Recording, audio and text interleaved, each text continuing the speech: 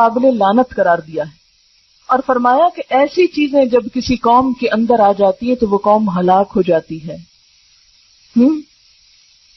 اس میں جو طریقے عربوں کے ہاں رائج تھے، ان میں سے جو چیزیں آپ نے ناپسند کی وہ کیا ہے؟ اپنے بالوں میں دوسرے بال ملا کر ان کو زیادہ لمبا اور گھنا کرنے کی کوشش کرنا، اپنے بالوں میں دوسرے بال ملا کے ان کو لمبا کرنا، جسم کے مختلف حصوں کو گودنا۔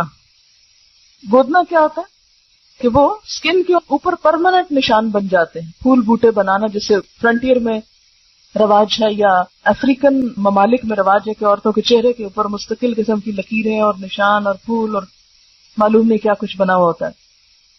پھر اسی طرح مصنوعی تل بنانا، عربوں کے ہاں یہ رواج تھا کہ کہیں پر کالا سرما لگا کے گال پہ یا ٹھوڑی پہ یا کہیں بھی، یہ ہمارے ہاں بھی یہ رواج موجود ہے، خوبصورت لگنے کے لیے، یا اٹریکٹیو ہوتے ہیں نا تل اگر کسی مخصوص جگہ پر ہو، تو اس سے بھی روکا گیا کیونکہ وہ جسم کا حصہ نہیں۔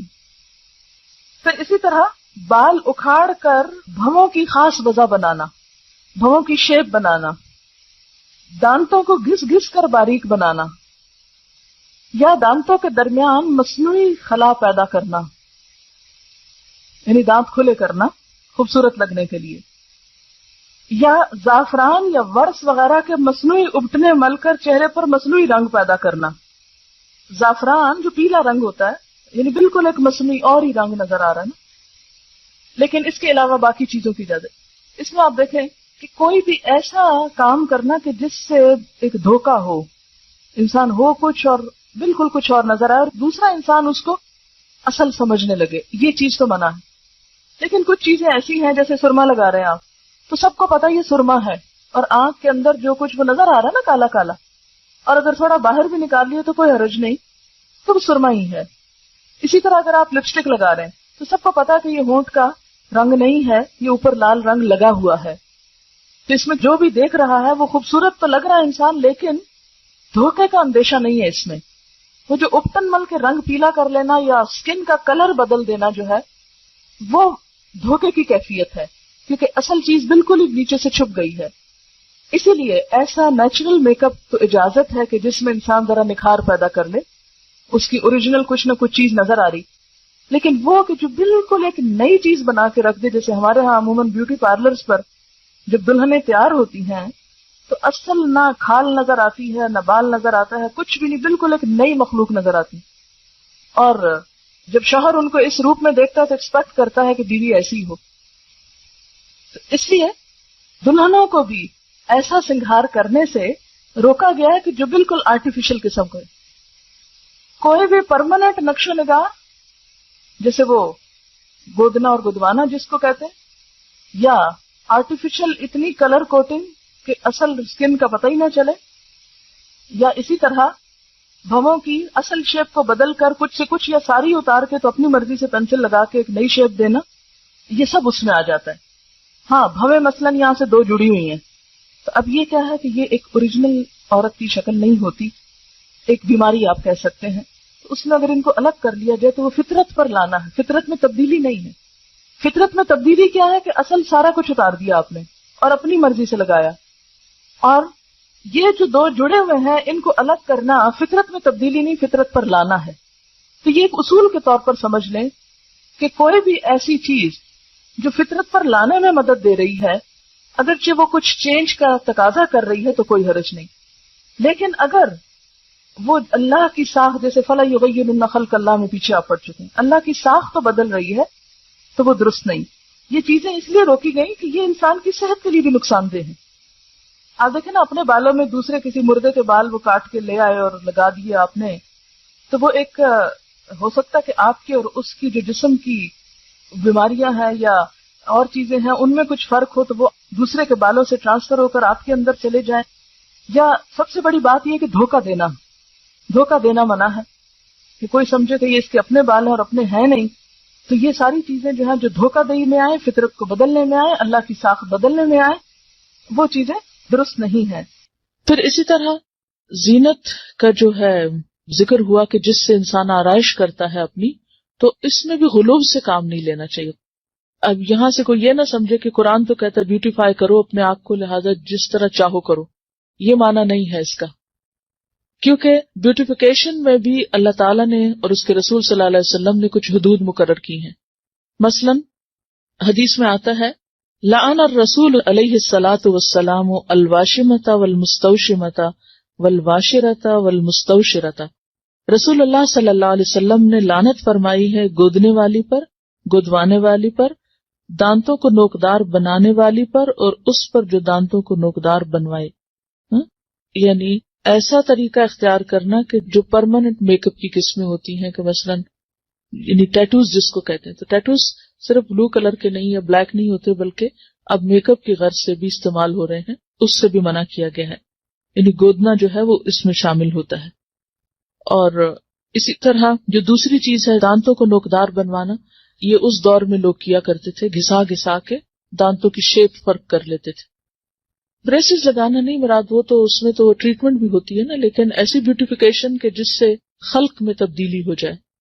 اس میں آپ دیکھیے حدیث میں واضح الفاظ میں آتا ہے، بخاری اور مسلم کی حدیث ہے کہ آپ صلی اللہ علیہ وسلم نے خوبصورتی کے لیے دانتوں میں درزیں بنانے والی، اپنی دانتوں کو اندر سے گھسا کے بیچ میں فاصلہ زیادہ کرنا، اس پہ لعنت کی ہے، جو در حقیقت اللہ کی بنائی ہوئی ساخت میں رد و بدل کرتی ہیں. یعنی کوئی بھی ایسا میک اپ کہ جس سے پرماننٹ چینج جسم کے اندر ہو خوبصورتی کی خاطر، وہ منع کیا گیا ہے. اس میں آتا ہے لعن اللہ المتفلجات للحسن، کہ حسن کی خاطر دانتوں کے اندر تبدیلی پیدا کرنا.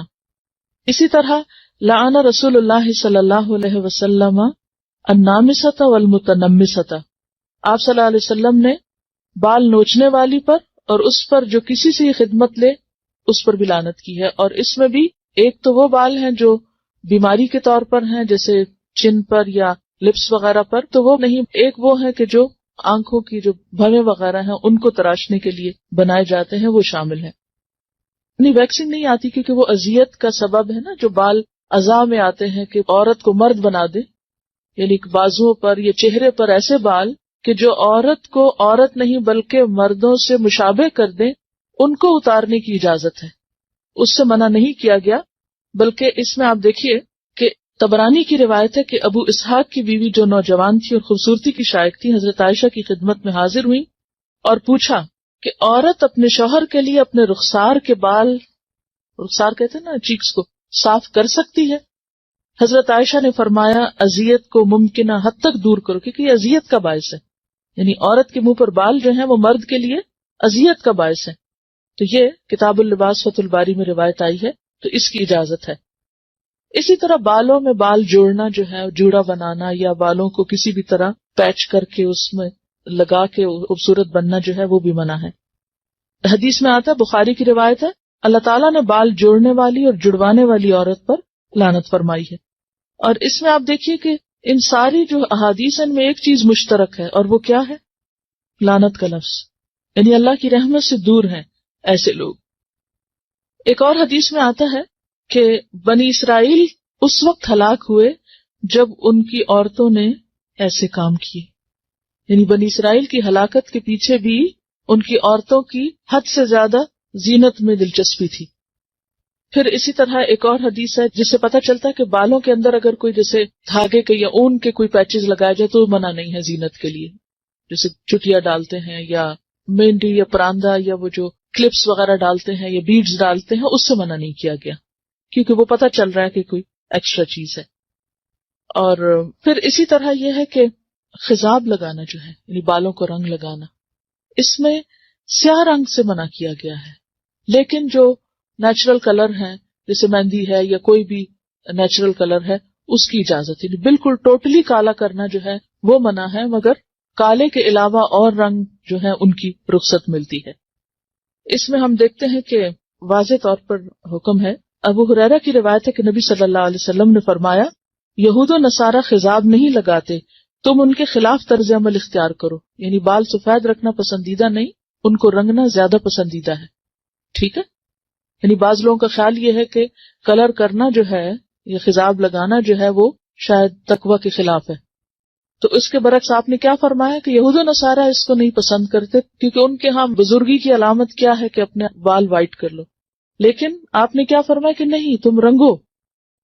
اور اس میں ہم دیکھتے ہیں کہ حضرت ابو بکر اور حضرت عمر خضاب لگاتے تھے، لیکن بعض صحابہ کو پسند نہیں تھا، جیسے طبعی طور پر جیسے حضرت علی ہیں، ابی بن کعب، حضرت انس، ان کو پسند نہیں تھا. تو یہ نہیں کہا گیا کہ تم ضرور لگاؤ، یعنی تاکید بھی نہیں کی کہ کیوں. اگر کوئی اس لیے نہیں کر رہا، یعنی کسی اور قوم کی مشابہت میں نہیں کر رہا، اپنی ذاتی دلچسپی کی بنا پر اس کو نہیں شوق لگانے کا، تو اس کے لیے رعایت ہے.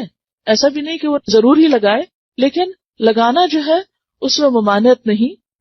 ہاں اب کیا لگایا جائے اور کیا نہ لگایا جائے اس کے اوپر توجہ کرنے کی ضرورت ہے. اور اس میں خاص طور پر جو صحیح مسلم میں روایت آتی ہے کہ بالوں کا رنگ بدل دو لیکن سیاہ خضاب سے پرہیز کرو، بالکل بلیک نہیں لگاؤ. امام زہری فرماتے ہیں جب تک ہمارا چہرہ تر و تازہ تھا ہم سیاہ خضاب استعمال کرتے، لیکن جب سے چہرے اور دانتوں میں تغیر آ گیا ہم نے اس کا استعمال چھوڑ دیا. بالکل بلیک سے کیوں منع کیا گیا؟ کیونکہ یہ بھی ایک طرح سے دھوکہ دینے والی بات ہو جاتی ہے. آپ نے فرمایا بہترین چیز جس سے تم سفید بالوں کا رنگ بدل سکتے ہو وہ حنا اور کتم ہے. کتم جو ہے یہ یمن کی ایک بوٹی ہوتی ہے جس کا ریڈش بلیک کلر ہوتا ہے، سیاہ مائل بسرخ ہوتا ہے. اور حنا کا رنگ تو سب کو معلوم ہے. اور حضرت عمر خالص حنا لگاتے تھے، حضرت ابو بکر حنا اور کتم ملا کے لگاتے تھے.